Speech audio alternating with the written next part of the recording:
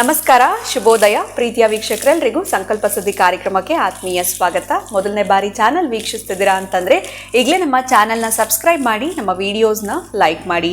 ಮನುಷ್ಯ ಅಂದಮೇಲೆ ಹಲವಾರು ರೀತಿಯಾಗಿರುವಂತಹ ಸಮಸ್ಯೆಗಳು, ತೊಂದರೆಗಳು, ಕಷ್ಟಗಳಿಗೆ ಒಳಗಾಗಿರ್ತಾರೆ. ಎಲ್ಲ ರೀತಿ ಪರಿಹಾರ ಮಾಡ್ಕೊಂಡಿದ್ದೀರಾ, ಆದರೂ ಕೂಡ ಇರುವೊಂದು ಸಮಸ್ಯೆಯಿಂದ ಹೊರಗಡೆ ಬರೋಕ್ಕಾಗ್ತಿಲ್ಲ ಅಂದರೆ ಖಂಡಿತವಾಗ್ಲೂ ಚಿಂತೆ ಮಾಡಿಬಿಡಿ. ಇವತ್ತೇ ಈಗಲೇ ನೀವು ಅಕ್ಷಯ ವೃಕ್ಷವನ್ನು ಮಾಡ್ಕೊಳ್ಬೋದು. ಇದ್ರ ಬಗ್ಗೆ ತಮಗೆ ಹೆಚ್ಚಿನ ಮಾಹಿತಿ ಬೇಕು ಅಂದರೆ ಸ್ಕ್ರೀನ್ ಮೇಲೆ ಸಂಖ್ಯೆಗಳು ಬರ್ತಾ ಇದೆ, ನೇರವಾಗಿ ನೀವು ಕರೆಗಳನ್ನ ಮಾಡಬಹುದು. ಇನ್ನು ನಿಮ್ಮೆಲ್ಲರ ಒಂದು ಒತ್ತಾಯದ ಮೇರೆಗೆ ಇದೇ ಸೆಪ್ಟೆಂಬರ್ 14ನೇ ತಾರೀಕು ಕುಬೇರ ಸಭೆ ಕಾರ್ಯಕ್ರಮ ನಡೀತಾ ಇದೆ. ನೀವು ನೇರವಾಗಿ ಪಾಲ್ಗೊಳ್ಳೋದಕ್ಕೆ ಅವಕಾಶ ಇರುತ್ತೆ. ಇದ್ರ ಬಗ್ಗೆ ಹೆಚ್ಚಿನ ಮಾಹಿತಿ ಬೇಕಿದ್ದಲ್ಲಿ ಸ್ಕ್ರೀನ್ ಮೇಲೆ ಬರ್ತಿರುವಂತಹ ನಂಬರ್ಸ್ಗೆ ನೀವು ಕಾಲ್ ಮಾಡಬಹುದು. ಇನ್ನು ಕಾರ್ಯಕ್ರಮದಲ್ಲಿ ನಮ್ಮ ಜೊತೆಲಿದ್ದಾರೆ ಸ್ಪಿರಿಚುವಲ್ ಗುರು ಡಾಕ್ಟರ್ ವಿಷ್ಣುದತ್ತ ಗುರುಜಿಯವರು. ಗುರುಗಳನ್ನ ಕಾರ್ಯಕ್ರಮಕ್ಕೆ ಮಾಡ್ಕೊಳ್ಳೋಣ. ನಮಸ್ತೆ ಗುರುಗಳೇ, ಕಾರ್ಯಕ್ರಮಕ್ಕೆ ಭಕ್ತಿಯ ಸ್ವಾಗತ. ಒಳ್ಳೆದಾಗ್ಲಿ ಅಮ್ಮ. ಗುರುಗಳೇ, ಈಗ ಕುಬೇರ ಸಭೆದು ಹೇಳಿದ್ರಿಂದ ಇದೊಂದು ವಿಚಾರ ಸ್ವಲ್ಪ ದಿನದಿಂದ ತಲೆಯಲ್ಲಿ ಬರ್ತಾ ಇತ್ತು. ಯಾಕಂದರೆ ಸಾಕಷ್ಟು ಜನ ಸಾಕಷ್ಟು ಸಮಸ್ಯೆಗಳು ಹೊತ್ತು ಕುಬೇರ ಸಭೆಗೆ ಬರ್ತಾರೆ. ಆದರೆ ಇವಾಗ ನೀವು ಕೊಡುವಂಥ ವಿಚಾರ ಆಗಿರ್ಬೋದು ಅಥವಾ ಹೇಳುವಂಥ ಉಪದೇಶ ಎಲ್ರಿಗೂ ಅದು ವರ್ಕೌಟ್ ಆಗುತ್ತಾ ಹೆಂಗೆ? ಅಥವಾ ಬರೋವಂಥವ್ರಿಗೆ ಅವ್ರ ಸಮಸ್ಯೆಯಿಂದ ಒಳ್ಳೇದಾಯಿತು, ನಾವು ಇಲ್ಲಿಗೆ ಬಂದು ಹೋದ್ಮೇಲೆ ಅಂತ ಹೇಳ್ತಾರೆ. ಸೊ ಅವ್ರಿಗೆ ಏನು ಇನ್ಸ್ಟಾಲ್ ಮಾಡಿ ಕಳಿಸ್ತೀರಾ ಗುರು? ಸಮಸ್ಯೆ ಈಗ ಅವ್ರ ಸಮಸ್ಯೆಗೆ ಬಂದಿರ್ತಾರೆ, ಕೆಲಸದ ಸಮಸ್ಯೆ ಹೊತ್ಕೊಂಡ್ ಬಂದಿರ್ತಾರೆ, ಅಥವಾ ಮದುವೆ ಆಗಿಲ್ಲ ಅಂತ ಬಂದಿರ್ತಾರೆ, ಸೈಟ್ ಲಿಟಿಗೇಷನ್ ಅಂತ ಬಂದಿರ್ತಾರೆ. ಸೊ ನಮ್ಗೆ ಇದಕ್ಕೆ ಬಂದು ಹೋದ್ಮೇಲೆ ಒಳ್ಳೇದಾಯ್ತು ಅಂತ ಕಮೆಂಟ್ಸ್ ಮುಖಾಂತರ ಅಥವಾ ಬಂದಿಲ್ಲಿ ಹೇಳೋದು ಕೂಡ ನಾವು ನೋಡಿರ್ತೀವಿ. ಸೊ ಹೆಂಗೆ? ಯಾಕಂದರೆ ಕೊಡೋವಂಥ ಒಂದೇ ಉಪದೇಶ ಎಲ್ರಿಗೂ ವರ್ಕೌಟ್ ಆಗುತ್ತಾ? ಅಥವಾ ಅವ್ರು ಬಂದಾಗ ಅವ್ರಿಗೆ ಏನಾದರೂ ಇನ್ಸ್ಟಾಲ್ ಮಾಡಿ ಕಳಿಸೋವಂಥದ್ದಿದ್ರೆ ಯಾವ ಥರ ಅವ್ರಲ್ಲಿರೋ ನೆಗೆಟಿವಿಟಿನ ತೆಗೆದು ಪಾಸಿಟಿವಿಟಿನ ಹೇಗೆ ತುಂಬಿ ಕಳಿಸುವಂಥದ್ದು? ಇದು ಬಹಳ ದಿನಗಳಿಂದ ಇತ್ತು, ಅದಕ್ಕೆ ಈಗ ಹೇಗಿದ್ರು ಕುಬೇರ ಸಭೆ ಇರೋದ್ರಿಂದ ಕೇಳ್ತಾ ಇದ್ದೀನಿ. ಓಂ ವಿಶ್ವಸ್ಮೈ ನಮಃ. ಪ್ರೀತಿಯ ಬಂಧುಗಳೇ, ಇಲ್ಲೊಂದು ಮಾರ್ಮಿಕ ಏನು ಅಡಗಿರುತ್ತೆ ಅಂತಂದರೆ, ಬಹಳ ಪ್ರಮುಖವಾಗಿ ಯಾರಾದರೂ ಕುಟೀರಗಳಲ್ಲೋ ಹಾಸ್ಟೆಲಲ್ಲೋ ಅಥವಾ ಒಂದಷ್ಟು ಸಂಸ್ಕಾರಗಳನ್ನು ಮಾಡಿಕೊಂಡು ಬಂದಿರುವ ಮನೆಗಳಲ್ಲಿ ನಿಮಗೊಂದು ಉದಾಹರಣೆಯನ್ನು ಕೊಡುತ್ತೇನೆ. ಊಟ ಮಾಡುವಾಗ ಕೆಲವರು ಅನ್ನಪೂರ್ಣೆ ಸದಾಪೂರ್ಣೆ ಶಂಕರ ಪ್ರಾಣವಲ್ಲಭೆ ಅಂತ ಸ್ತೋತ್ರವನ್ನು ಹೇಳಿ ಒಂದಷ್ಟು ಅನ್ನವನ್ನು ಆ ಕಡೆ ಇಡ್ತಾರೆ. ಇನ್ನೂ ಹಿರಿಯರು ಅವರ ತಟ್ಟೆಯಲ್ಲಿ ಹಾಕಿದ ಕೂಡಲೇ ಅದು ಏನಾದರೂ ಆಹಾರ ಆಗಿರಬಹುದು, ಒಂದು ಹಿಡಿ ಹೀಗೆ ಹಿಡಿದು ಬಿಟ್ಟು ನಮಸ್ಕಾರ ಮಾಡಿ ಹೀಗೆ ಇಡ್ತಾಯಿದ್ರು. ಅದು ಮಂತ್ರಕ್ಕಿಂತಲೂ ಹೆಚ್ಚಿನ ಶಕ್ತಿ ಇರುವಂಥದ್ದು. ಹೀಗೆ ಮಾಡಿ ಇದು ಕೃಷ್ಣನಿಗೆ ಸಂಬಂಧಪಡೋದು. ಮೊದಲು ನನ್ನ ತಟ್ಟೆಗೆ ಏನು ಬಂತೋ ಬೇರೆ ಪಾತ್ರೆಯಿಂದ ನೀವು ದಾನ ಮಾಡಿದ್ದು ಬೇರೆ, ನಿಮ್ಮ ಭಾಗಕ್ಕೆ ಬಂದಿರುವ ಈ ಊಟ ಬಹುಶಃ ನಿಮ್ಮದೇ. ಅದರಲ್ಲೂ ಒಂದಷ್ಟು ತೆಗೆದುಬಿಟ್ಟು ಆ ಕಡೆ ಟ್ಯಾಕ್ಸ್ ನಾವು ಪೇ ಮಾಡ್ತೀವಲ್ಲ, ಒಂದಷ್ಟು ಸಂಪಾದನೆ ಮಾಡಿದ್ರಲ್ಲಿ ಇದು ಬಹಳ ಮುಖ್ಯ. ನಿಮ್ಮನ್ನು ಎಲ್ಲಿಂದ ಎಲ್ಲಿಗೆ ಅಂತಂದರೆ ಆವಾಗ ನೀವು ತುಂಬ ಪ್ಯೂರಿಟಿ ಬಂದುಬಿಟ್ರಿ. ಟ್ಯಾಕ್ಸ್ ಕಟ್ಟಿದ್ರೆ ನೀವು ಕಳ್ಳವಾಗ ಓಡಾಡೋ ಇದೇ ಇಲ್ಲ ಅವಾಗ. ಹಾಗೆ ಈ ಊಟದ ಒಂದಷ್ಟು ತೆಗೆದಿಟ್ಟರೆ ಇನ್ನು ಇಲ್ಲಿ ಕೆಲವೊಂದು ಬಹಳ ಮಂತ್ರಗಳಿದ್ದಾವೆ. ಓಂ ಸಹನಾ ಭವತು ಸಹನೋ ಭುನಕ್ತು ಸಹ ವೀರ್ಯಂಕರವಾವಹೈ ತೇಜಸ್ವಿನಾವಧೀತಮಸ್ತು ಮಾ ವಿದ್ವಿಷಾವಹೈ. ಓಂ ಶಾಂತಿ ಶಾಂತಿ ಶಾಂತಿ. ಈ ಊಟ ಮಾಡಬೇಕಾದ್ರೆ ಅನ್ನವನ್ನು ಪರಿಶೋಚನೆ ಮಾಡಿಕೊಡುತ್ತಾ ಆವಾಗ ಸತ್ಯಂ ತ್ವರ್ತೇನ ಪರಿಶಿಂಚಯಾಮಿ ಅಮೃತೋಪಸ್ತರಣಮಸಿ ಸ್ವಾಹ. ಓಂ ಪ್ರಾಣಾಯ ಸ್ವಾಹ, ಓಂ ಅಪಾನಾಯ ಸ್ವಾಹ, ಓಂ ವ್ಯಾನಾಯ ಸ್ವಾಹ, ಓಂ ಉದಾನಾಯ ಸ್ವಾಹ, ಓಂ ಸಮಾನಾಯ ಸ್ವಾಹ, ಓಂ ಪರಬ್ರಹ್ಮಣೇ ನಮಃ. ಇದನ್ನು ಮಾಡಿಕೊಳ್ತಕ್ಕಂಥದ್ದು ಪರಿಶೋಚನೆ ಮಾಡಿಕೊಳ್ತಾ ಊಟವನ್ನು ಮಾಡಿದಾಗ ನಿಮ್ಮ ಆತ್ಮಕ್ಕೆ ಆಗೋ ತೃಪ್ತಿನೇ ಬೇರೆ ಇರುತ್ತೆ, ಆತ್ಮಕ್ಕೆ ಆಗುವ ಆನಂದವೇ ಬೇರೆ ಇರುತ್ತೆ. ಇದೆಲ್ಲವೂ ಕೂಡ ಮೊದಲು ಭಾಗಶಃ ಭಗವಂತನಿಗೆ ಅರ್ಪಣೆ ಮಾಡಿ ನೀವು ಮಾಡಿಕೊಳ್ಳೋದು. ಹಾಗೆಯೇ ನೀವೊಂದು ಟ್ಯಾಬ್ಲೆಟ್ ತೆಗೆದುಕೊಳ್ಬೇಕಾದ್ರೂ ಕೂಡ ಒಂದು ಮಂತ್ರ ಇದೆ, ಅದನ್ನು ಹೇಳ್ತಾರೆ. ಇನ್ನು ಮಲಗಬೇಕಾದ್ರೆ ಶಯನ ಕಾಲದಲ್ಲಿ ದುಸ್ವಪ್ನ ಬರಬಾರದು ಅಂತೇಳಿ ಒಂದು ಮಂತ್ರವನ್ನು ಹೇಳ್ತಾರೆ. ನೆಲಕ್ಕೆ ಬೀಜಾವಾಪನ ಮಾಡಬೇಕಾದರೂ ಕೂಡ ಒಬ್ಬ ರೈತ ಈ ಸ್ವಾತಿ ಮಳೆ ಬಿದ್ದಾಗ, ಚಿತ್ತ ಮಳೆ ಬಿದ್ದಾಗ, ಆಯಾಯ ಮಳೆಗಳು ನೋಡಿ ಅವನಿಗೆ ಚೆನ್ನಾಗಿ ಗೊತ್ತಿರುತ್ತೋ, ಶಾಸ್ತ್ರ ಏನು ಗೊತ್ತಿರಲ್ಲ, ಇದು ಯಾವ ಮಳೆ ಅಂತ ಒಬ್ಬ ರೈತ ಹೇಳ್ತಾನೆ. ಯಾವ ತಿಂಗಳಲ್ಲಿ ಯಾವ ದಿನದಲ್ಲಿ ಈ ಮಳೆ ಬೀಳುತ್ತೋ ಅದು ಆ ನಕ್ಷತ್ರದ ಮಳೆ ಅಂತೇಳಿ ಆ ಬೆಳೆ ಹಿಟ್ಟಾಗ ಕರೆಕ್ಟಾಗಿ ಬರುತ್ತೆ. ಅದು ಪದ್ಧತಿ ಪ್ರಕಾರ ನಮ್ಮ ಪೂರ್ವಿಕರು ನಮಗೆ ಮಾಡಿಕೊಟ್ಟಿದ್ದಾರೆ. ನಮ್ಮ ಭಾರತೀಯ ಋಷಿ ಪರಂಪರೆ, ಸನಾತನ ಪರಂಪರೆ ನಮಗೆ ಈಗಾಗಲೇ ಎಲ್ಲವೂ ಕೊಟ್ಟಾಗಿದೆ. ಅದಕ್ಕಾಗಿ ಇಲ್ಲಿ ನೀವು ಯಾವ ಉದ್ದೇಶವನ್ನು ಇಟ್ಕೊಂಡು ಬರ್ತೀರೋ ಆ ಉದ್ದೇಶದ ಒಳಗಡೆ ಅವರಿಗೆ ಅದನ್ನು ಇನ್ಸ್ಟಾಲ್ ಮಾಡಲಿಕ್ಕೆ ಸಾಧ್ಯವಿದೆ. ಅಂದರೆ ಅವರ ಲಗ್ನದ್ದು ಆ ದೇವರನ್ನು ಇನ್ನು ಅವರಿಗೆ ಆರ್ಥಿಕಾಭಿವೃದ್ಧಿಗೆ ಬೇಕಾಗಿರತಕ್ಕಂತಹ ಓಂ ಭೂಹು ಭುವಃ ಸುವಃ ಭುರ್ಭುವ ಸ್ವಃ ಲಕ್ಷ್ಮೀನಾರಾಯಣ ಮಾವಾಹಯಾಮಿ ಹೀಗೆ ಅಂದಾಗ ಅದು ಆವಾಹನೆ ಆಗಲೇಬೇಕು. ಆ ಮಂತ್ರಕ್ಕೆ ಅಷ್ಟು ಶಕ್ತಿ ಇರಲೇಬೇಕು. ಯಾವುದೋ ಒಂದು ವೈಟ್ ಕಲರ್ ಪೇಪರ್ಗೆ ಕರೆಕ್ಟಾಗಿ ಅದನ್ನು ಸೈಜ್ ಕಟ್ ಮಾಡಿ ಅದಕ್ಕೆ ಯಾವ ಬಣ್ಣ ಬೇಕೋ ಆ ಬಣ್ಣವನ್ನು ತುಂಬಿಸಿಬಿಟ್ಟು ಅದಕ್ಕೆ 5 ಅದರ ಪಕ್ಕದ 2 ಸೊನ್ನೆ ಹಾಕಿದಾಗ ಅದಕ್ಕೆ 500 ನೋಟೊಂದು ಮುದ್ರೆ ಒತ್ತಿದ ಕೂಡಲೇ ಹೇಗೆ ಅದು ಚಲಾವಣೆ ಆಗುತ್ತೋ ಹಾಗೆ ನಾವು ಯಾವುದನ್ನು ಇನ್ಸ್ಟಾಲ್ ಮಾಡ್ಕೊಂಡಿರ್ತೀವೋ, ಯಾವ ಉದ್ದೇಶಕ್ಕಾಗಿ ಮಾಡ್ಕೊಂಡಿರ್ತೀವೋ 100ಕ್ಕೆ 100 ಅದು ಕೆಲಸ ಮಾಡಲೇಬೇಕು.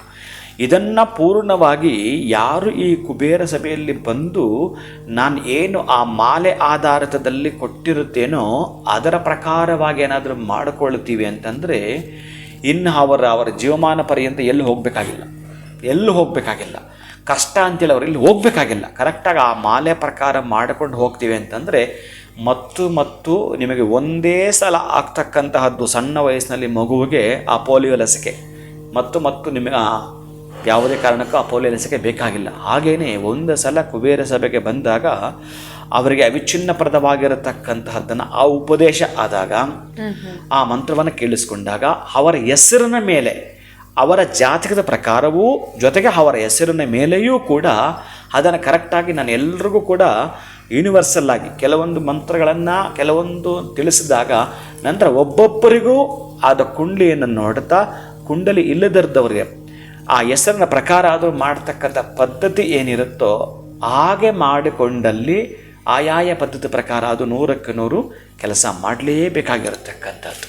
ಅಂತಹ ಕುಬೇರ ಸಭೆಯಲ್ಲಿ ಆ ಸಭೆಯ ಮಹತ್ವವಾದರೂ ಏನು, ಅದರ ಪಾತ್ರವಾದರೂ ಏನು, ಅದರ ಹಿರಿಮೆ ಮಹಿಮೆ ಗರಿಮೆಯಾದರೂ ಏನು ತಿಳಿದುಕೊಳ್ಳೋದ್ರ ಜೊತೆಗೆ ನಾವು ಹೇಗಿಲ್ಲ ಅಂದ ಆಚೆಗೆ ಅಂದರೆ ನನ್ನ ಈ ಒಂದು ಕಾಯಿಲೆಗೆ ಈ ಮೆಡಿಸಿನ್ ಕೊಟ್ಟಿರ್ತಕ್ಕಂಥ ಡಾಕ್ಟ್ರು ಪ್ರತಿಯೊಬ್ಬರಿಗೂ ಕೂಡ ಅವರವರ ಕಾಯಿಲೆಗೆ ಅವ್ರಿಗೆ ಸಂಬಂಧಪಟ್ಟದನ್ನು ಏನು ಬರಕೊಟ್ಟಿರ್ತಾರೋ ಅದರ ಪ್ರಕಾರ ಮೆಡಿಕೇಷನ್ ಆದಾಗ ಇನ್ನು ನಿಮಗೆ ಎಲ್ಲಿಯ ಆ ಅನಾರೋಗ್ಯ ಇರಲಿಕ್ಕೆ ಸಾಧ್ಯ. ಹಾಗೆಯೇ ನಮಗೆ ಬಂದಿರತಕ್ಕಂಥ ಆರ್ಥಿಕ ತೊಂದರೆಯೋ ಅಥವಾ ಆರೋಗ್ಯದ ತೊಂದರೆಯೋ ಅಥವಾ ಇನ್ಯಾವುದೋ ನಿಮ್ಮ ಮನೆಯ ನಷ್ಟ ಕಷ್ಟವೋ ಅದಕ್ಕೆ ಸಂಬಂಧಪಡತಕ್ಕಂಥ ಕ್ರಿಯೆಯಲ್ಲೇ ಅದನ್ನು ಮಾಡಿದಾಗಿರಲಿಕ್ಕೆ ಸಾಧ್ಯವೇ ಇಲ್ಲ. ಅದು ಅವರವರಿಗೆ ಸಂಬಂಧಪಟ್ಟ ದೇವರನ್ನು ಅವರ ಆ ಮಾಲೆಯ ಜೊತೆಗೆ ಕೊಡುವಂಥದ್ದು ಆಗಿರುತ್ತೆ. ಸೊ ಜಾತಕದ ಪ್ರಕಾರನೂ ಆಗಬಹುದು, ಜಾತಕ ಗೊತ್ತಿಲ್ಲ ಅಂತಂದರೆ ಹೆಸರಿನ ಪ್ರಕಾರ ಕೂಡ ಅವ್ರ ಸಮಸ್ಯೆಗೆ ಪರಿಹಾರ ಕೊಡ್ಬೋದು. ನೋಡಲೇಬೇಕು. ಯಾಕೆ ಅಂತಂದರೆ ಈಗಾಗಲೇ ಅವರು ಎಕ್ಸ್ಪೀರಿಯನ್ಸ್ ಆಗಿರುತ್ತೆ. ಅವರ ಜೀವನದಲ್ಲಿ ಯಾವುದೋ ತರಹದಲ್ಲಿ ಕೈ ಸುಟ್ಕೊಂಡಿರ್ತಾರೆ. ಅರೆ ಕೈ ಸುಟ್ಕೊಂಡ ಅಂತಂದರೆ ಈ ಮನುಷ್ಯ ಯಾವುದನ್ನು ನಂಬಿ ಕೈ ಸುಟ್ಕೊಂಡ, ಇನ್ನು ಈತನ ಹೆಸರಾದರೂ ಏನು ಸರಿ, ಆ ಕೈ ಸುಟ್ಕೊಳ್ಬೇಕಾದ್ರೆ ಈತನ ಹೆಸರಿಗೂ ಆ ಒಂದು ಜಾಬ್ಗೂ ಆಗಿ ಬಂದಿತ್ತ, ಈತನ ಹೆಸರಿಗೂ ಆ ಬಿಸ್ನೆಸ್ಗೂ ಆಗಿ ಬಂದಿತ್ತ ಗೊತ್ತಾಗ್ಬಿಡುತ್ತೆ. ಆಗಲೇ ಈಗ ಯಾರಿಗೆ ಪೂರ್ಣ ಅಡುಗೆ ಮಾಡೋಕ್ಕೆ ಬರಲ್ವೋ ಅವ್ರನ್ನ ಬಿಟ್ಟರೆ ಏನು ಮಾಡ್ತಾರೆ ಹೇಳಿ? ಏನೋ ಒಂದು ಮಾಡಿರ್ತಾರೆ, ಅದು ತಿನ್ಲಿಕ್ಕಾಗಲ್ಲ, ಹಸುವನಿಗಲ್ಲ, ಇಂಥ ಪರಿಸ್ಥಿತಿಲಿರ್ತವೆ. ಹಾಗೆ ಈತನಿಗೆ ಹಾಕಿ ಬಂದಿಲ್ಲ, ಅದನ್ನು ಆಯ್ಕೆ ಮಾಡ್ಕೊಂಡಿರ್ತಾನೆ.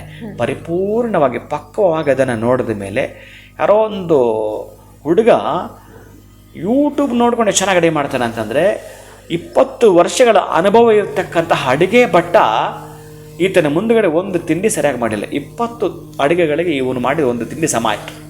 ಅದು ಅವನ ಕೈಗುಣ. ಆಮೇಲೆ ಅಷ್ಟು ಇಂಟ್ರೆಸ್ಟ್ ಅದು.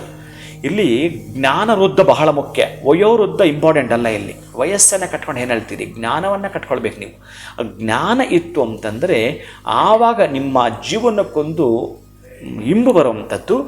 ಆ ವಿಜ್ಞಾನಕ್ಕೂ ನಿಮ್ಮ ಸುಜ್ಞಾನಕ್ಕೂ ಮಧ್ಯದಲ್ಲಿ ಜೀವನ ಮಾಡ್ತಿರಲ್ಲ, ಅದು ಕರೆಕ್ಟಾಗಿರುವಂಥದ್ದು. ಅದು ಯಾವುದಾದ್ರೂ ಆಗಿದ್ರೂ ಸರಿಯೇ, ಅಲ್ಲಿ ಒಂದು ಪರಿಮಿತಿ ಅಂತ ಇರುತ್ತೆ. ಅಷ್ಟರ ಒಳಗಡೆ ನಮ್ಮ ಅನುಭವಗಳನ್ನು ಈಗ ಹೇಳ್ತಾರೆ. ಈಗ ಮಕ್ಕಳ ವಯಸ್ಸು ಅಂತಿದ್ದಾಗ ವಿದ್ಯಾಭ್ಯಾಸ ಇಲ್ಲ ಅಂದರೆ ಆಮೇಲೆ ಮಕ್ಕಳಿಗೆ ಯುವಕರಾದಾಗ ವಿದ್ಯಾಭ್ಯಾಸ ಕೊಡ್ತೀರ ಅಂದ್ರೆ ಉಪಯೋಗ ಆಗತ್ಯಾ? ಸಾಧ್ಯವೇ ಇಲ್ಲ. ನೀವು ಪ್ರಯತ್ನ ಪಟ್ಟು ಒಂದಷ್ಟು ಬೆರಳಿಕೆ ಜನ ಓದ್ಬೋದೇನೋ, ಯಾವುದೋ ಒಂದು ವಿಷಯ ತಿಳ್ಕೊಬೋದೇನೋ, ಅದು ಪ್ರಯೋಜನ ಬಾರದು. ಅದಕ್ಕೆ ಆಯಾಯ ಸಂದರ್ಭದಲ್ಲಿ ನಾನು ಹೇಳ್ತಿರೋದು ಆಯಾಯ ಕಾಲಗಳಲ್ಲಿ ನಿಮಗೆ ಸಂಬಂಧಪಟ್ಟ ಆಯಾ ದಶಾಭುಕ್ತಿಗಳಲ್ಲಿ ನೀವು 100ಕ್ಕೆ 100 ಬರೆದಿಟ್ಕೊಳ್ಳಿ. ನಿಮ್ಮ ಜಾತಕದ ದಶಾಭುಕ್ತಿನೇ ನಿಮ್ಮ ಸಂಪೂರ್ಣವಾಗಿರತಕ್ಕಂತಹ ಜೀವನ ಆಧಾರ ಪಟ್ಟಿರುತ್ತೆ. ಆಯಾಯ ದಶಾಭುಕ್ತಿ. ಇನ್ನು ಲಗ್ನ ಕುಂಡಲಿಗಳು ಅದಕ್ಕೆ ಸಂಬಂಧಪಟ್ಟ ಗ್ರಹಗಳು ಪೂರಕ ಮತ್ತು ಪ್ರೇರಕವಾಗಿರ್ತವೆ. ಇದನ್ನು ಒಮ್ಮೆ ನೋಡಿದಾಗ ವ್ಯಕ್ತಿಗೆ ಜಾತಕ ಇಲ್ಲ ಅಂದರೂ ಕೂಡ ಅಷ್ಟೇ, ಅವನಿಗೆ ಈಗ ಬ್ಯಾಡ್ ನಡೀತಾ ಇರತಕ್ಕಂತಹದ್ದು ದಶಾ ಇರುತ್ತೆ. ಇದನ್ನು ಏನು ಮಾಡಬೇಕು ಅಂತ ನಾನು ಅದಕ್ಕೆ ಮೊದಲೇ ಹೇಳಿದ್ದು, ಇವನು ಒಳಗಡೆ ಇರ್ತಕ್ಕಂತಹದ್ದು ತುಂಬ ಬೇಡವಾದ ಎಷ್ಟಿದೆಯೋ ಅದನ್ನು ಡಿಲೀಟ್ ಮಾಡಬೇಕು, ತೆಗಿಬೇಕು. ಅವನಿಗೆ ಬೇಕಾಗಿರೋದನ್ನು ಇನ್ಸ್ಟಾಲ್ ಮಾಡಿದಾಗ ಖುಷಿಯಾಗಿ ಪ್ರವೇಶವಾದಾಗ ಒಂದು ಕುಂಭ ಖಾಲಿ ಇದೆ ಅಮ್ಮ, ಖಾಲಿ ಇದೆ. ಅದಕ್ಕೆ ನೀವು ಅದೇ ಹೇಳ್ತೀನಲ್ಲ, ಮನಸ್ಸು ಅನ್ನೋದು ಒಂದು ಬುಟ್ಟಿ ಇದ್ದಾಗೆ. ಆ ಮನಸ್ಸು ಅನ್ನೋದು ಒಂದು ಬುಟ್ಟಿ ಇದ್ದಾಗೆ. ಆ ಬುಟ್ಟಿ ಒಳಗಡೆ ಪರಿಮಳ ಬೀರತಕ್ಕಂತಹ ಮಲ್ಲಿಗೆಯನ್ನು ತುಂಬಿಸ್ತೀರೋ ಅಥವಾ ಮಾಲಿನ್ಯವನ್ನು ತುಂಬಿಸ್ತೀರೋ, ಮಲವನ್ನು ತುಂಬಿಸ್ತೀರೋ, ನಿಮಗೆ ಬಿಟ್ಟಿತ್ತು. ಯಾವುದ್ಯಾವ ತುಂಬಿಸ್ಕೊಂಡಿದ್ದೀರೋ ಈಗ ಅದನ್ನು ನೋಡಬೇಕು, ಒಮ್ಮೆ ಚೆಕ್ ಮಾಡಬೇಕು. ಆವಾಗ ಎಸ್, ನನ್ನ ಬದುಕಿಗೆ ಪೂರ್ಣವಾಗಿ ಅರ್ಥ ಕೊಡುವಂಥದ್ದು ಇದೆ. ಇನ್ನು ಕೆಲವೊಬ್ಬರಿಗೆ ಆ ದೇವತೆಗಳು ಆ ಕ್ಷೇತ್ರಗಳು ಕೆಲವು ಹೇಳೋದಿರ್ತವೆ. ಇನ್ನು ಇವರು ಯಾವುದೋ ರಾಂಗ್ ಹೋಗ್ತಿರ್ತಾರೆ, ರಾಂಗ್ ಟ್ರ್ಯಾಕಲ್ಲಿ ಹೋಗ್ತಾ ಇದ್ದರೆ ಅದನ್ನು ಸರಿಪಡಿಸ್ಬೇಕಾದ್ರೂ ಜಾತಕದ್ದು ಅವರ ಹೆಸರದ್ದು ಆಯಾಯ ದೇವರ ಅನುಷ್ಠಾನವನ್ನು ಮಾಡಿಕೊಂಡು ಬಂದಾಗ ಎಸ್, ಇದು ಕರೆಕ್ಟಾಗಿ ಆಗುವಂಥದ್ದು. ಯಾರೋ ಒಬ್ಬರಿಗೆ ನೀವು ಒಳ್ಳೆ ಪ್ರಶ್ನೆನೇ ಮಾಡಿದ್ದೀರಿ. ಈ ಗಂಡ ಹೆಂಡತಿ ಇಬ್ಬರು ಬಂದಿರ್ತಾರೆ. ಬಹಳ ಅದ್ಭುತವಾಗಿರುವಂಥದ್ದು ಇದು, ಬಹಳ ವಿಶೇಷವಾಗಿರುವಂಥದ್ದು ಇದು. ಅವರಿಗೆ ಅವರ ಜಾತಕ ರೀತಿಯ ಬಂದದ್ದನ್ನು ನಾನು ನೋಡಿ ಮುದ್ರೆ ಹಾಕ್ಕೊಟ್ಟಿದ್ದೀನಿ. ದಯವಿಟ್ಟು ನೀವು ಈ ಕ್ಷೇತ್ರಕ್ಕೆ ಹೋಗಿ ಬನ್ನಿ ಗುರುಗಳೇ, ನಾವು ಅದು ಮಾಡ್ಕೊಂಡ್ವಿ, ಯಜ್ಞ ಮಾಡ್ಕೊಂಡ್ವಿ, ಆಮೇಲೆ ನೀವು ಹೇಳಿದ ಅಷ್ಟು ರೆಮಿಡಿಗಳು ಮಾಡ್ಕೊಂಡ್ವಿ, ಅದು ನಿಮ್ಮನ್ನು ಭೇಟಿ ಮಾಡಿಬಿಟ್ರೆ ನಮ್ಗೆ ಸರೋಗುತ್ತೆ ಅಂತ ಬಂದ್ವಿ ಅಂತ. ಅಲ್ಲಿ ಜಾತಕ ಗಂಡ ಹೆಂಡತಿ ಇಬ್ಬರದು ಇದೆ. ಆತ ಈ ಸರ್ಕಾರದ ಟೆಂಡರ್ಗಳನ್ನ ತೆಗೆದುಕೊಂಡು ಈ ರೋಡದು ಏನೇನೇನೋ ಮಾಡಿಸ್ತಿರ್ತಾರೆ. ಅವರುಗಳು ನಾನು ಹೇಳ್ತಾ ಇರ್ತಕ್ಕಂಥದ್ದು ಬಹಳ ಹಳೆಯದಿದು. ಅವರು ಬಂದಾಗ ಬಹಳ ಮುಖ್ಯವಾಗಿ ಘಟ್ಟವನ್ನು ಗಮನಿಸಿ ಅವ್ರಿಗೊಂದು ಕ್ಷೇತ್ರ ಬಂದಿತ್ತು. ಆ ಕ್ಷೇತ್ರಕ್ಕೆ ಹೋಗಿ ಅನ್ನದಾನವಾಗುವ ಪಾತ್ರೆಯನ್ನು ಮುಟ್ಟಿ ಬರಬೇಕಲ್ಲಿ. ಅನ್ನದಾನ ಮಾಡ್ತಿರ್ತಾರೆ ಆ ಕ್ಷೇತ್ರದಲ್ಲಿ. ಆ ಪಾತ್ರೆಯನ್ನು ಇವರು ಮುಟ್ಟಿ ಬಂದರೆ ಇವ್ರದ್ದು ಮನೆಯಲ್ಲಿರ್ತಕ್ಕಂತಹ ಕುಂಭ ತುಂಬುವುದು ಅಂತಿದೆ ನೋಡಿ, ಎಲ್ಲಿಂದ ಲಿಂಕ್ ಇದೆ ಅಂತ. ಪ್ರತಿನಿತ್ಯ ಅನ್ನ ಬೇಯಿಸುವಂಥದ್ದು ಪಾತ್ರೆ, ಅದನ್ನು ಮುಟ್ಟಿ ಬಂದರೆ ಸಾಕು. ಇವರು ಏನೋ ದವಸ ಧಾನ್ಯ ದಾನ ಕೊಡೋ ರೂಪದಲ್ಲಿ ಹೋಗೋದು, ಆ ಅಡುಗೆ ಮನೆಗೆಲ್ಲ ಕೊಟ್ಟು ಬರೋದು. ನಾನು ಹೇಳಿರೋ ಪಾತ್ರೆಯನ್ನು ಮುಟ್ಟಿ ಬರಬೇಕು. ಅದರ ಮೇಲೆ ಹೆಸರು ಕೂಡ ಇರುತ್ತೆ, ಅದೆಲ್ಲ ಸೂಚಿಸಿದ್ದೀನಿ ಇವರಿಗೆ. ಅದನ್ನು ಹೋಗಿ ಮುಟ್ಟಿ ಬರ್ರಿ ಅಂತಂದ್ರೆ, ಗುರುಗಳೇ ಆ ಕ್ಷೇತ್ರಕ್ಕೆ ಹೋಗುವಷ್ಟು ನಮ್ಮ ಹತ್ರ ಹಣ ಇಲ್ಲ. ಈಗಾಗಲೇ ಈ ಅಪ್ಪ ಈ ಅಮ್ಮ ಸುಮಾರು ಜನಕ್ಕೆ ಲಕ್ಷಗಳ ಗಟ್ಟಲೆ ಬಡ್ಡಿಗೆ ಕೊಟ್ಟು ಕೈ ಸುಟ್ಟುಕೊಂಡು ತಾಪತ್ರಯ ಮಾಡಿಕೊಂಡು ತುಂಬ ಚೆನ್ನಾಗಿ ಬದುಕಿ ಲ್ಯಾವಿಶ್ ಲೈಫನ್ನು ಲೀಡ್ ಮಾಡಿ ಒಂದು ದಿನಕ್ಕೆ ಇವರು ಸಂಭ್ರಮಗಳನ್ನು ಖರ್ಚು ಮಾಡಿದ್ದಾರೆ, ಲಕ್ಷಗಟ್ಟಲೆ ಖರ್ಚು ಮಾಡಿದ್ದಾರೆ.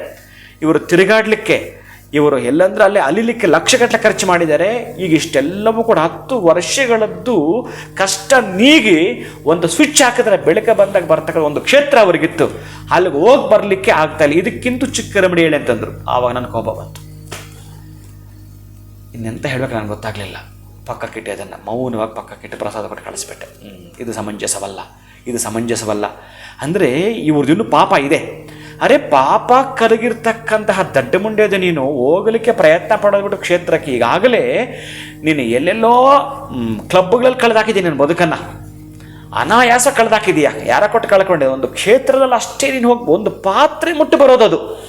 ಅದಕ್ಕಿಂತ ಸಿಂಪಲ್ ಇನ್ಯಾವುದು ಹೇಳ. ಬೆಳೆದು ಹೋಗ್ತೀರಿ, ಅದು ನನಗೆ ಬಡಿತಾ ಇದೆ, ಇದನ್ನೇ ಕೊಡಿ ಇವರಿಗೆ ಅಂತ. ಆದರೂ ಅವ್ರಿಗೆ ಅಲ್ಲಿಗೆ ಹೋಗೋಕ್ಕೂ ಕೂಡ ಒಪ್ಕೊಂಡಿಲ್ಲ. ಅಂತಂದರೆ ನೆಕ್ಸ್ಟು ಅವ್ರ ಮಗ, ಇದೆಲ್ಲ ಹೆಂಗೆ ನನಗೆ ಗೊತ್ತಾಯಿತು ಅಂತಂದರೆ, ಆ ಹುಡುಗ ಹೇಳಿದ ಮೇಲೆ ಈ ಥರ ಹೇಳಿದ್ದೆ, ಹೋಗಿದ್ರಪ್ಪ ಅಂತ. ಇಲ್ಲ ಸ್ವಾಮೀಜಿ, ಅವನೊಂದು 2.5-3 ತಿಂಗಳಿಗೆ ಬಂದ. ನಮ್ಮ ತಾಯಿಗೆ ಪ್ಯಾರಾಲಿಸಿಸ್ ಬಂದ್ಬಿಡ್ತು 15 ದಿನಗಳ ಹಿಂದೆ ಅಂತ. ನಾನು ಹೇಳ್ತಿರೋದು 3 ತಿಂಗಳ ಹಿಂದ್ಗಡೆ ಹೋಗಿ ಬಂದಿದ್ದರೆ ಈ ಅಮ್ಮನಿಗೆ ಪ್ಯಾರಾಲಿಸಿಸ್ ಇಲ್ಲ, ಪಾಪನೂ ಬರ್ತಾ ಇರಲಿಲ್ಲ. ಆ ಕ್ಷೇತ್ರಕ್ಕೆ ಹೋಗೋಕ್ಕೂ ನೀನು ಹಿಂದೇಟ್ ಹಾಕಿದ್ರೆ ಇನ್ನು ನಿನಗೆ ಏನು ಬೇಕು ನನಗೆ ಗೊತ್ತಾಗಲಿಲ್ಲ ತಾಯಿ, ಯಾವ ರೀತಿಯೂ ಗೊತ್ತಾಗಲಿಲ್ಲ. ಆ ಯಪ್ಪ ರೆಡಿ ಇದ್ದಾನೆ ಹೋಗಲಿಕ್ಕೆ, ಈ ತಾಯಿ ಖರ್ಚಾಗುತ್ತೆ ಅಂತ. ಹೀಗೆ ಕೆಲವು ಮನೆಗಳಲ್ಲಿ ದೊಡ್ಡ ತಲೆನೋವು ಏನಂತಂದರೆ, ಅವ್ರ ಉದ್ಧಾರದ ಹೇತು ಇರುತ್ತೆ, ಹೆಂಗಸರು ಅಡ್ಡ ಆಗ್ತಾರೆ. ಇನ್ನು ಕೆಲವು ಮನೆಗಳಲ್ಲಿ ಹೆಂಗಸರು ಉದ್ಧಾರ ಆಗಲಿಕ್ಕೆ ಅವಕಾಶ ಮಾಡಿಕೊಡ್ತಾರೆ, ಕೆಲವು ಗಂಡಸರು ಅಡ್ಡ ಆಗ್ತಾರೆ. ಇದು ದೇವರಾಣೆಗೂ ದೇವರ ಕರೆಕ್ಟಾಗಿ ಅವರನ್ನ ಜೋಡಿ ಮಾಡಿರೋದೇ ಇಲ್ಲ, ಅವರ ಪಾಪ ಕರ್ಮಗಳ ಬ್ಯಾಲೆನ್ಸ್ ಮೇಲೆ. ಅದಕ್ಕೆ ಇನ್ನೊಬ್ಬರು ಹಿಡಿತಾರೆ, ಮತ್ತೊಬ್ಬರು ಜಾಡಿ ಇನ್ನೊಬ್ಬರು ಹಿಡಿತಾರೆ. ಇದು ಹಿಡಿದು ಹೊರಟು ತುಂಬ ಎಲ್ಲಿಗೋ ಹೋಗಿಬಿಡ್ತಾರೆ. ಅದಕ್ಕೆ ಇದೆಲ್ಲದಕ್ಕೂ ಕೊನೆ ಏನು ಗೊತ್ತಾ? ನಾಮ ಸಂಕೀರ್ತನೆ ಮಾಡ್ತಾ ನಿಮಗೆ ಅದೇನು ಮಾಡಬೇಕೋ ನಿಮ್ಮ 6 ಸೆನ್ಸ್ಗೆ ಗೋಚರ ಆಗಿಬಿಡುತ್ತೆ. ಅದು ಗೊತ್ತಾಗ್ಬಿಡುತ್ತೆ ಅದು. ನಾವು ಅದನ್ನಾದರೂ ಮಾಡ್ಕೋಬೇಕು, ಇದನ್ನಾದರೂ ಮಾಡ್ಕೋಬೇಕು. ಒಟ್ಟಾರೆ ನನ್ನ ಒಂದು ಪ್ರತಿಜ್ಞೆ ಏನು ಅಂತಂದರೆ, ಯಾರು ಯಾವ ಸಮಸ್ಯೆಯಲ್ಲಿರ್ತಾರೋ ಅದನ್ನು ನಿಧಾನಕ್ಕೆ ಕೊಳ್ಳುತ್ತುಕೊಂಡು ಅದನ್ನು ಸಂಪೂರ್ಣ ಡಿಲೀಟ್ ಮಾಡಿ, ನಿಮಗೇನು ನವಚೈತನ್ಯ ಹೊಸದು ಬೇಕಲ್ಲ, ಹಾಗೆ ಒಂದು ಈ ಸೈಕಲ್ ಟ್ಯೂಬ್ ಇದೆಯಲ್ಲ, ಸೈಕಲ್ ಟ್ಯೂಬ್ ಏರ್ ತೆಗೆದುಬಿಡಿ. ಈಗ ಅಪ್ಪಚ್ಚಿಯಾಗಿ ಮಲಗಿಬಿಡುತ್ತೆ ಅಲ್ವಾ, ಚಪ್ಪಟೆ ಆಕಾರ ಮಲಗಿಬಿಡುತ್ತೆ. ಅದು ಇನ್ನು ರನ್ನಿಂಗ್ ಆಗ್ಲಿಕ್ಕೆ ಸಾಧ್ಯ ಇಲ್ಲ. ನಿಮ್ಮ ಬದುಕು ಹಾಗಾಗಿರುತ್ತೆ. ಅದರ ಒಳಗಡೆ ಹೇರ್ ಇರೋದಿಲ್ಲ. ನಿಮ್ಮ ಬದುಕಿನ ಚಕ್ರದಲ್ಲಿ ಗಾಳಿ ಇಳಿದಿದ್ದಕ್ಕೆ ಅದು ಚಪ್ಪಟೆ ಮಲಗಿದೆ. ಈಗ ಅದಕ್ಕೆ ಗಾಳಿ ತುಂಬಿಸ್ಬೇಕು, ಆವಾಗ ರನ್ನಿಂಗ್ ಆಗುತ್ತೆ. ಆ ಗಾಳಿ ತುಂಬಿಸ್ತಕ್ಕಂಥದ್ದು ಇದೆಯಲ್ಲ, ಇದೇ ಪರಮ ರಹಸ್ಯವಾಗಿರತಕ್ಕಂತಹ ಕೆಲವು ಕ್ಷೇತ್ರಗಳು, ನಾನು ಕೊಡ್ತಕ್ಕಂತಹ ರೆಮಿಡಿಗಳು. ಇನ್ಯಾರಾದರೂ ಕೆಲವರು ಅಪ್ಪಿತಪ್ಪಿ ಉಳ್ಕೊಂಡಿದ್ದರೆ ಒಂದಷ್ಟು ಜನಕ್ಕೆ ಭಾಗಶಃ ಒಳಿತನ್ನೇ ಕಾಣಬೇಕು ಅಂತ ಎಕ್ಸಾಮ್ ಬರೆದು ಬಿಟ್ಟು ಪಾಸ್ ಆದರೆ ಹೇಗಿರುತ್ತೋ ಆಗ ನಾವು ಚೈತನ್ಯ ಇರುತ್ತೆ. ಆ ಕುಬೇರ ಸಭೆ ಎಕ್ಸಾಮ್ ಪಾಸ್ ಆಗುವಂಥದ್ದು ಒಂದನೇದು. ಎರಡನೇದು ಇಂಟ್ರ್ಯೂ ಅಲ್ಲೇ ಇರುತ್ತೆ.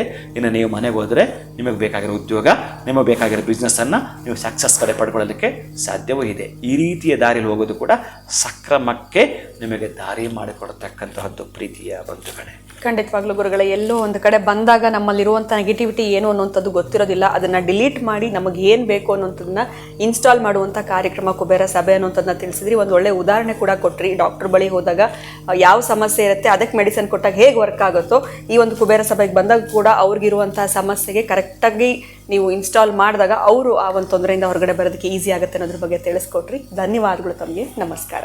ಹರೇ Srinivasa. So last time Kubera ಸಭೆಗೆ ಬರಬೇಕು ಅಂತ ಅಂದ್ಕೊಂಡಿದ್ದೆ, ಬಟ್ ಮಿಸ್ ಆಗಿತ್ತು ಅಂತಂದರೆ ಇದೇ ಸೆಪ್ಟೆಂಬರ್ 14ನೇ ತಾರೀಕು ಭಾನುವಾರದಂದು ಕುಬೇರ ಸಭೆ ಕಾರ್ಯಕ್ರಮ ನಡೀತಾ ಇದೆ. ಗುರುಗಳ ಒಂದು ಸಾರಥ್ಯದಲ್ಲಿ ಗುರುಗಳನ್ನ ನೇರವಾಗಿ ಭೇಟಿ ಮಾಡೋದಕ್ಕೆ ಅವಕಾಶ ಇರುತ್ತೆ. ಇದ್ರ ಬಗ್ಗೆ ಹೆಚ್ಚಿನ ಮಾಹಿತಿ ಸಂಪೂರ್ಣವಾಗಿ ತಿಳ್ಕೊಳ್ಬೇಕು. ಕುಬೇರ ಸಭೆಯಲ್ಲಿ ನಿಮ್ಮ ಪ್ರತಿಯೊಂದು ಕುಟುಂಬದವರು ಕೂಡ ಪಾಲ್ಗೊಳ್ಬಹುದು. ಸ್ಕ್ರೀನ್ ಮೇಲೆ ಬರ್ತಿರುವಂತಹ ನಂಬರ್ಸ್ಗೆ ನೀವು ನೇರವಾಗಿ ಕಾಲ್ ಮಾಡಿ. ನಮಸ್ಕಾರ.